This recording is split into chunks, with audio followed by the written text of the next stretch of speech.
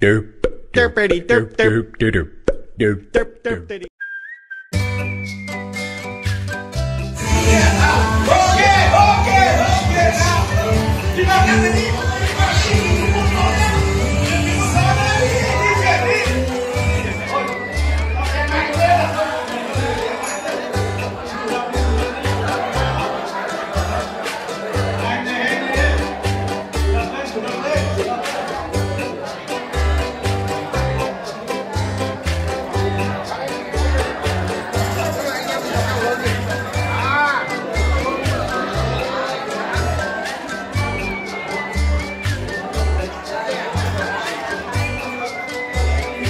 Tiếp tục ghép vòng 3 này, vòng 3 này.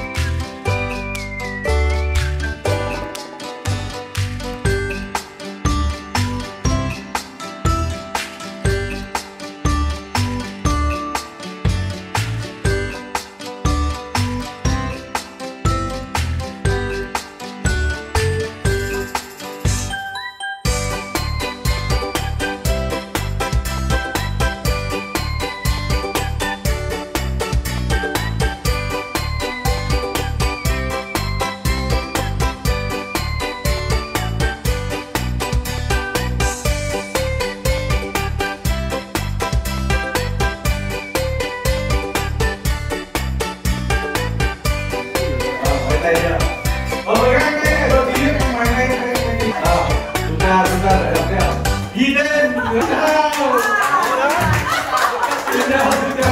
tên mời mọi người chị em để hướng dẫn mọi người lần nhớ lại cái chuôi các rồi 1, 2, 3 1, 2, 3 đấy thế là thua nhé mọi người.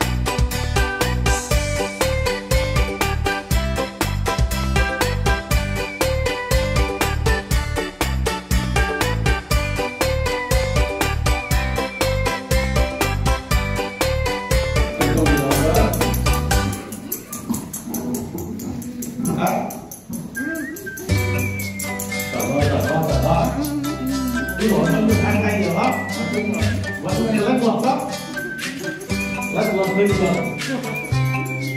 Nhóm cái dạng này nó không biết này, đấy. Nếu rồi bây giờ làm cái vòng tròn nước cách nào rồi theo được, có rồi. Còn 2 phút nữa thôi, lần trước nha. Anh đang nói chung không?